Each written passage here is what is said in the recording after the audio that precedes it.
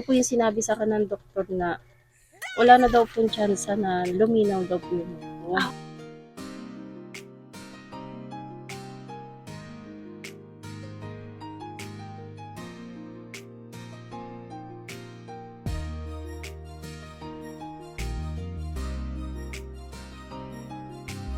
Good morning, good morning, good morning. Hi guys! Ngayon nandito kami sa may Wawa Dam at pupuntahan namin si Ate Belinda. Kaya tara, samahan niyo ako.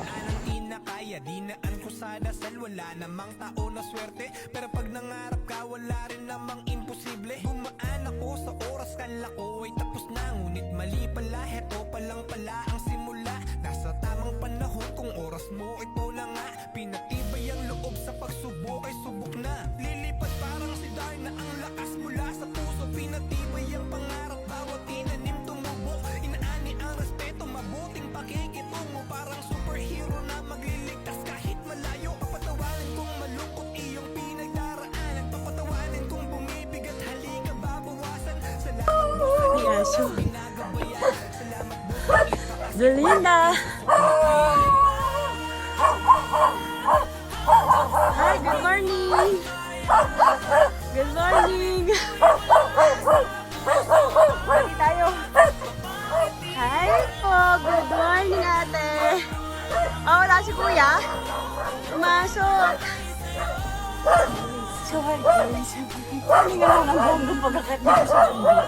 So, nandito tayo sa bahay nila. Ate Belinda. Hiningil ako. So, ay... Yan. Ate, tara oh. Unexpected. Yes, kasi may nagpadala sa atin. Biyaya galing kay Ma'am Aida. Yan, Ma'am Aida. Salamat. Ito na nga nagbukas. So, ayan. Ang biyaya na galing kay Ma'am Aida. Kasi nga, di ba, nabanggit natin sa vlog na pumapasok yung mga bata ng walang baon. Sirain na natin. Okay lang po. Yan. Pinahirapan ako eh. So, tanda na na! So, dito. Gusto mo? Gusto mo to? Yan, may pambaon sa school, ano? Tapos, meron pa niyan. Meron pa nito. Meron pang ganyan. Ano ka sabi mo, be? Thank you po. Yan. Wow! Tapos merong, ano to? Milo. Tapos meron pang, Ano daw yan? gatas. Sino nagagatas? Ay, wow! Ayan o, gatas. Para maging balusog kayo. Tapos, pag nagutom sa gabi, yan, pwede mag-cup noodles. At, tag yan, pasitan po. Tapos, ayan, may meatloaf, meron din tayo Argentina. At di lang yun! Ayun dala ni Ate Darna. Ano daw yan? Hindi nila. Ba't di ba siya nakakakain sa Jollibee? Parang isang beses pa Isang lang beses po pa ata. lang. Sila po, hindi pa gaan. Hindi siya nakakain. Ito si Jollibee, bida ang saya. Ayan. Ano yan, be? Ano to, bebe? Chicken, ate, oh. Sarap yan. Kakain ka niyan? Wow. At meron pang... Ang Ano tawag to? ko. Ano daw Tignan yan? nga natin kung ano laman nito. Wow! Ano daw yan? Ano yan, be? Spaghetti yan. Amin mo. Oo. Spaghetti. Sarap yan. Kain na kayo? O, dali, kakain na sila. Ayan, tapos meron tayong gravy. Ayan. Sabi po niya nung nakaraan, sabi niya, ang bait naman po nila mama, ang dami nilang binigay pagkain. Nagisahan nyo.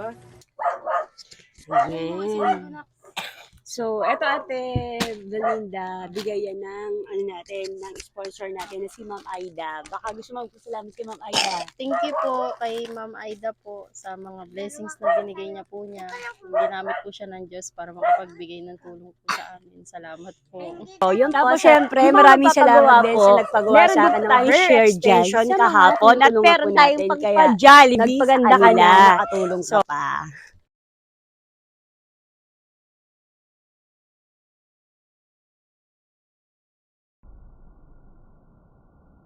So, yun. At di lang yun.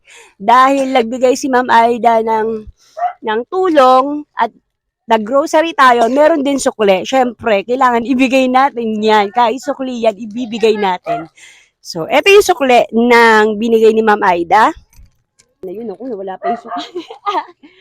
So, yung sukle na binigay ni Ma'am Aida is worth 1,055. So, ito yung sukle sa binigay ng Ma'am Aida kahapon. Ayan. At least kahit paano, may panggastos-gastos ka pa rin. Thank you po. Malaking bagay po ito. Yan. So, yan Belinda. So, yung unang binigay sa ni Sir Benj, kamusta naman? Kung ano nangyari? Ayun po. Malaking tulong po sa amin kasi nakapagbaon po ng kanin yung anak ko pong babae. Mahilig po kasi magbaon ng Mahilig kanin. siya magbaon ng kanin. Tapos yung mga utangan ko po ng bigas. Naabutan mo. Nakakahirap ka din ng bigas. Opo, binayaran ko po sa sinare ko rin po yung lucky me po na Oo. binigyan ko rin po yung mga nagbibigay po sa akin. Kasi may mga nakita nga rin ako comment ng mga kapitbahay mo o nakakakilala sa'yo na talaga dapat ka daw talaga tulungan. Yan sabi nila. So, ang tanong ko, kailan ka huli nagpa-check up na mata? No, wala po siguro mga 1 month kasi nagkaroon po ng pre-medical check-up. Hindi Sa naman baba? po as in pre-medical. Ang alam ko po, reading glass lang po pero nagsadya pa rin po ako para kung sakali. Pa-check up yung mata mo. Pagdating po doon sa may high school, sabi may doktor daw po, punta ko po. So, nagpa-check ako. Sabi po ng doktor sa akin, para na daw akong bulag. O sabi ko kasi hirap na po lalo sa dilim.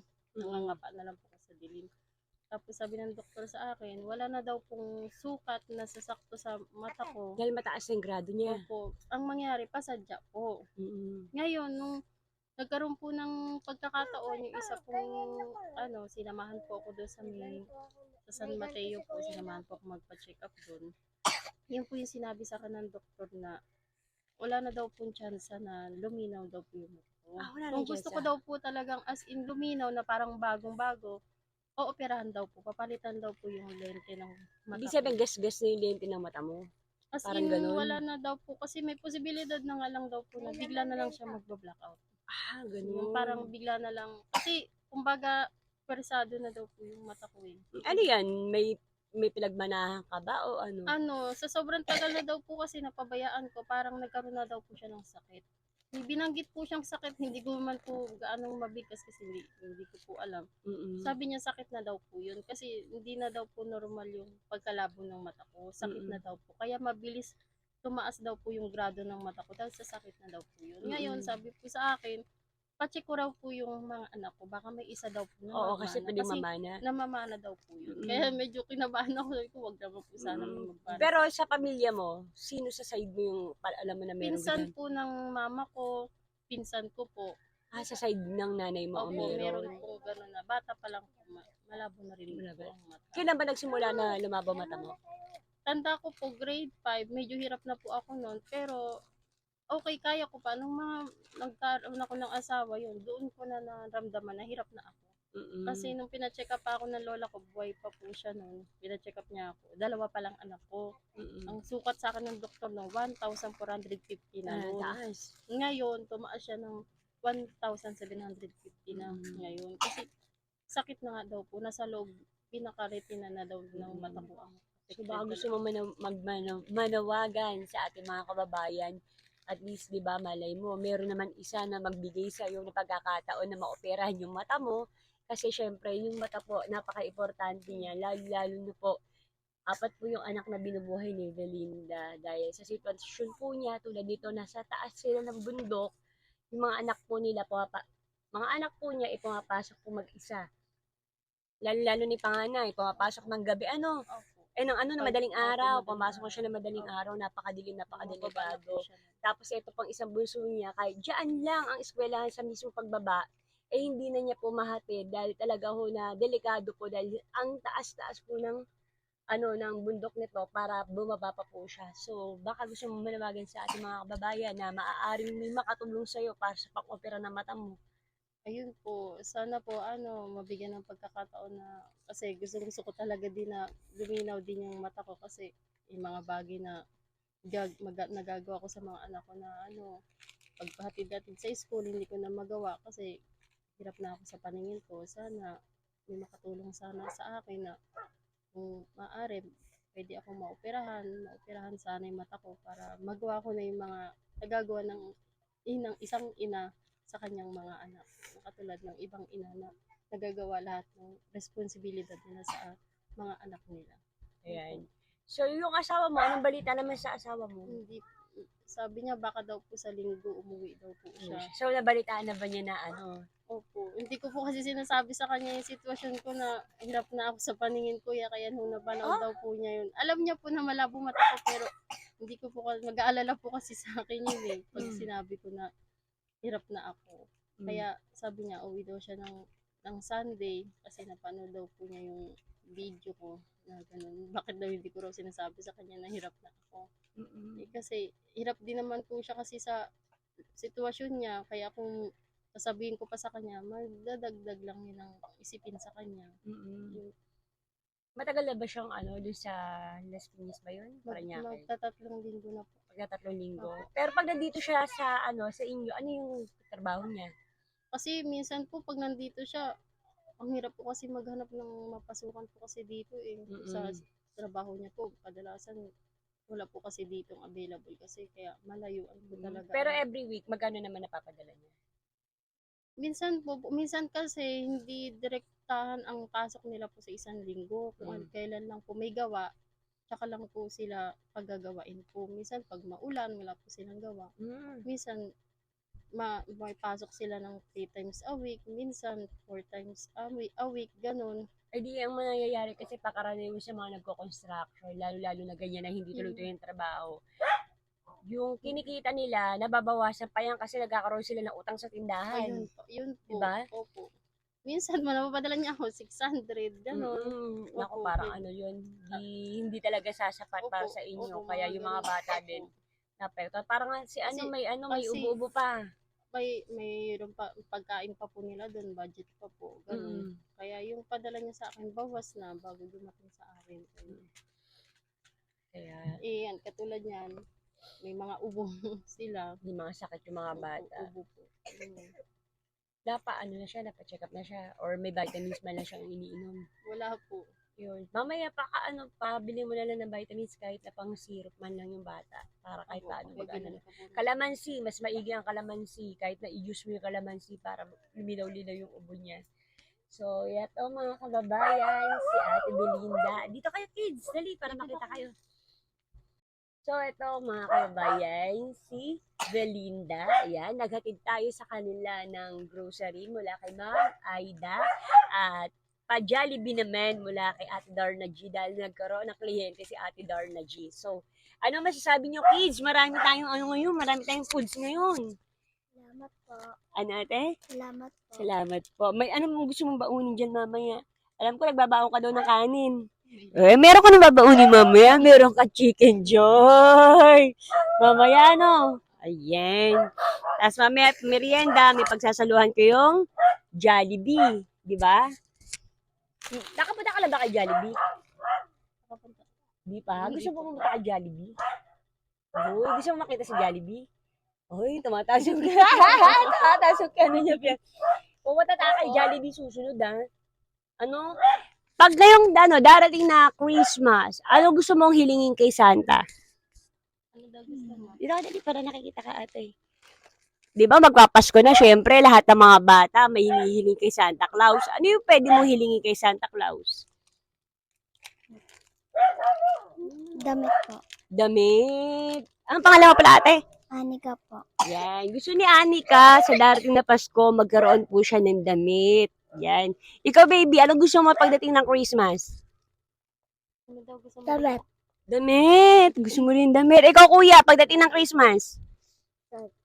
Short? Short naman. Yan. So, simple lang yung mga gusto ng mga bata. Ayaw nyo na laruan? Ayaw. Ayaw kasi dalaga ka na. Ikaw gusto mo na laruan? Wow. Ikaw kuya? Anong gusto mo laruan? Truck? Bola? Ano? Bola? Ikaw baby? Ang gusto mo? Busy siya kumakain. Gusto mo na truck? Wow! So, Next time, magdadala tayo ng truck, tsaka ng bola, no? Ayan. So, yun mga kababayan. Baka naman, may mag-sponsor dyan ng laruan, tsaka ng mga damit para magpapasko na. Baka naman, yan.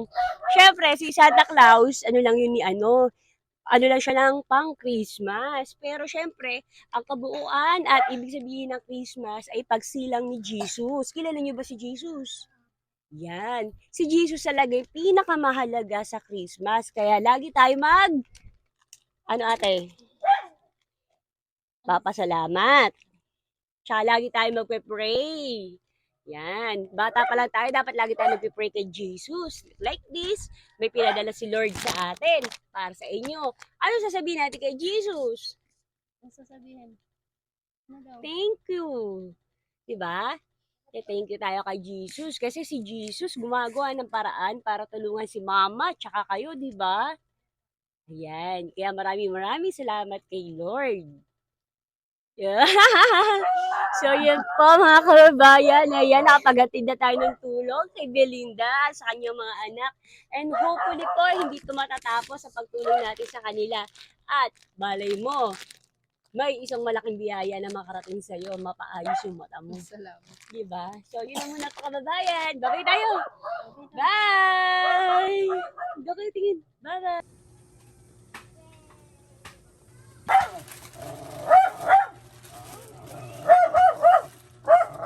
So, hi guys! Yan, nakapagdala na tayo ng tulong para kay Belinda at sa kanyang mga anak. At natuwa nga naman talaga sila na sobra. Kaya maraming po salamat, Ma'am Aida, sa binigay po nilang tulong. At syempre, sa lahat ng papagawa, may share ang ating mga tutulungan. Kaya, thank you po!